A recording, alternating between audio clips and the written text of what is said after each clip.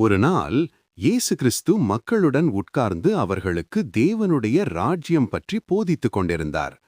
பலரும் அவரைச் சுற்றி வந்து கேட்டுக்கொண்டிருந்தார்கள். அப்போது ஒரு சட்ட ஆசிரியர் எழுந்து இயேசுவிடம் ஒரு கேள்வி கேட்டார்.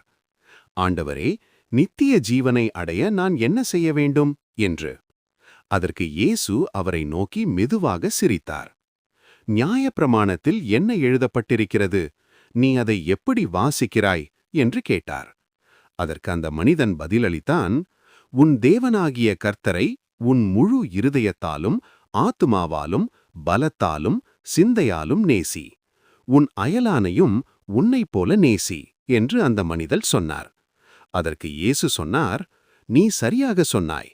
இதை பின்பற்றினால் நீ நித்திய ஜீவனை பெற்று வாழ்வாய். ஆனால் அந்த மனிதன் தன்னை நீதி உள்ளவன் என்று காட்ட விரும்பி மறுபடியும் கேட்டான், அப்படியென்றால் என் அயலான் யார்? அப்போது இயேசு ஒரு கதையை சொல்ல ஆரம்பித்தார். ஒரு மனிதன் ஜெருசலேமிலிருந்து ஜெரிகோ நோக்கி தனியாக பயணம் செய்து கொண்டிருந்தான். அப்பொழுது அந்த பாதை மிகவும் ஆபத்தானதாகவும் மலைகள், காடுகள், திருடர்கள் இருக்கும் இடமாகவும் இருந்தது. ஆனால் அவன் தனியாக நடந்து கொண்டு போனான். திடீரென்று சில கொள்ளையர்கள் அவனை தாக்கினார்கள். அவர்கள் அவனை அடித்தார்கள், அவன் உடைகளை எடுத்தார்கள், பணத்தையும் கொள்ளையடித்தார்கள். அவன் அரை மரண நிலையில் சாலையோரத்தில் விழுந்திருந்தான். அப்பொழுது சிறிது நேரத்தில் ஒரு ஆசாரியன் அந்த வழியாக வந்தான். அவன் அந்த காயமடைந்த மனிதனை பார்த்தான். ஆனால் அவன் உதவவில்லை. நமக்கு எதுக்கு இந்த பிரச்சனை என்று இதில் சிக்கிக்கொள்ள வேண்டாம் என்று நினைத்து அவன் பாதையை மாற்றிவிட்டுச் சென்றான். அதற்கு பிறகு ஒரு லேவியனும் வந்தான். அவனும் அந்த மனிதனை பார்த்தான். சிறிது நேரம் நின்றான். ஆனால் உதவாமல் அவனும் அங்கேயே விட்டுவிட்டுச் சென்றான். அந்த நேரத்தில் ஒரு சமாரியன் அந்த வழியாக வந்தான். யூதர்களுக்கும் சமாரியர்களுக்கும் அப்போது நல்ல உறவு இல்லை. ஆனால் அவன் அந்த காயமடைந்த மனிதனை பார்த்தபோது அவனுக்கு இரக்கம் வந்தது. அவன் உடனே அவனிடம் ஓடிச் சென்றான். அவன் அந்த மனிதனின் காயங்களை சுத்தம் செய்தான். எண்ணெயும் திராட்சரசமும் ஊற்றி அவன் காயங்களை கட்டினான்.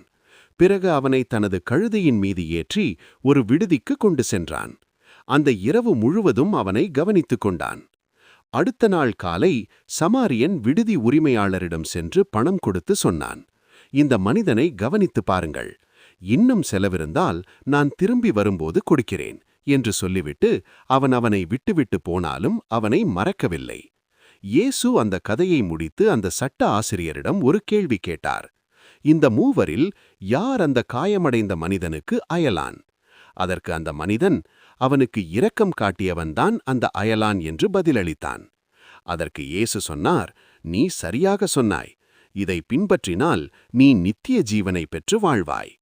இந்த கதையிலிருந்து நாம் கற்றுக்கொள்ள வேண்டிய பாடங்கள் என்னவென்றால், அயலான் என்றால் அருகில் இருப்பவர் மட்டுமல்ல, யாராக இருந்தாலும் உதவுவதுதான் உண்மையான அன்பு.